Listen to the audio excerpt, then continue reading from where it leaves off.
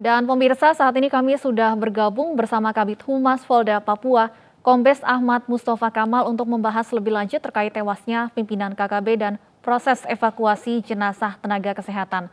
Selamat sore Pak Ahmad.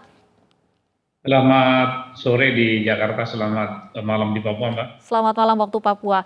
Pak Ahmad, saya ingin konfirmasi terlebih dahulu, benarkah bahwa salah satu pimpinan KKB tewas dalam baku tembak dengan aparat?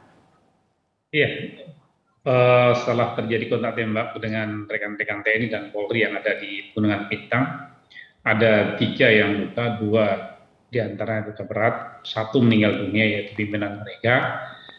Itu kita dapat informasi dari saudara-saudara kita, masyarakat yang ada di sekitar distrik Kiwirok, ya. Terus kemudian apa yang disampaikan oleh Bapak Danrem betul juga, kita juga melaksanakan patroli cyber. Kita temukan beberapa pernyataan yang disampaikan oleh pimpinan mereka.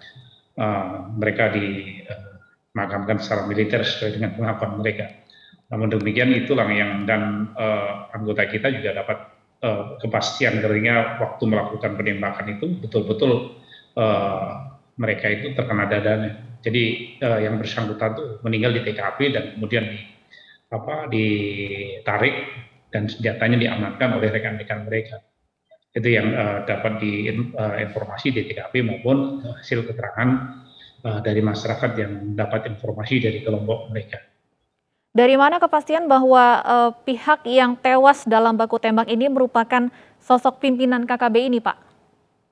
Mereka kan menyatakan dari dia yang lantik, dia yang menyatakan, ya. Baik. Kita tahu dari apa yang menjadi keterangan dari para saksi yang ada di lapangan, kemudian pernyataan yang bersangkutan pimpinan mereka di media, ya, kita nggak pernah tahu TR-nya, skema dari pengangkatan dan sebagainya, kita juga nggak pernah tahu dia sudah jadi pimpinan mereka dengan pangkat kolonel dan sebagainya. Dia mengangkat dirinya sendiri dan diangkat oleh pimpinan kelompok mereka itu. Jadi itu yang kita dapatkan informasi di lapangan.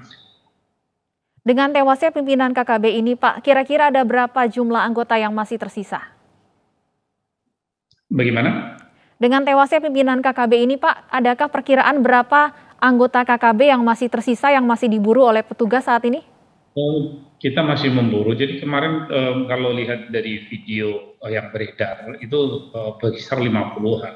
Namun pucuk yang ditenteng itu tidak lebih dari 10. Namun demikian kita kan tetap harus waspada.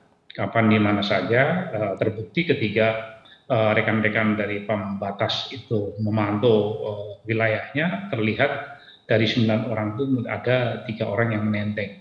Namun demikian kan setelah terjadi kontak tembak, apakah rasa kesal dan marah dia karena sebagian rekan-rekan mereka kena tembak, terus kemudian mereka membakar, melampiaskan kemarahannya kepada seluruh orang yang ada di Kiwirok, kemudian melakukan pembakaran dan penganiayaan terhadap tim medis itu kita dalami. Nanti kalau mereka ini bisa kita tangkap satu-satu untuk kita bisa dalami, kita integrasi dan melakukan pemeriksaan, akan terlihat terbukti bahwa siapa sesungguhnya dan bagaimana sepak terjang mereka ini yang perlu kita dalami. Karena Kiwirok ini kan salah satu daerah perbatasan yang cukup kondusif dari tahun ke tahun, dan ini adalah distrik yang tua yang diketahui di daerah Gunungan Bintang.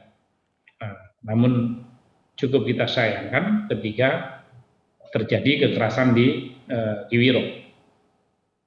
Baik, kami konfirmasi kembali, Pak Kamal, pimpinan KKB yang tewas ini dipastikan merupakan pelaku pembakaran di puskesmas sekaligus penganiayaan terhadap tenaga kesehatan pada hari Senin lalu, Pak? Iya, dia termasuk pimpinan yang melakukan kekerasan di Kiwirok kemarin hari Senin. Baik, untuk kondisi saat ini di Kiwirok sendiri seperti apa, Pak, pasca penyerangan ini?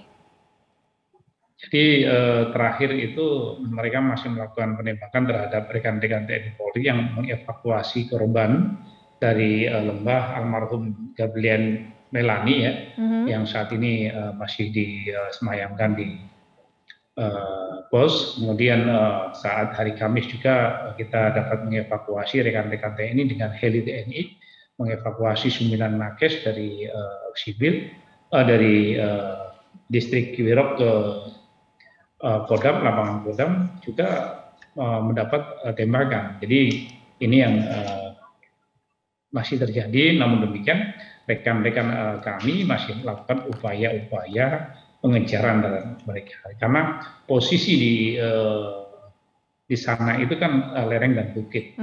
Jadi tentu tempat-tempat strategi yang diduduki oleh mereka ini harus segera kita rampas, kita duduki, sehingga kita bisa lakukan pengejaran dan penindakan secara jelas, secara nyata, sehingga kita semua dapat melakukan penangkapan dalam keadaan hidup maupun mati. Baik, terima kasih sudah bergabung bersama kami di Aini Sore, Kombes Ahmad Mustafa Kamal, Kabid Humas Polda Papua.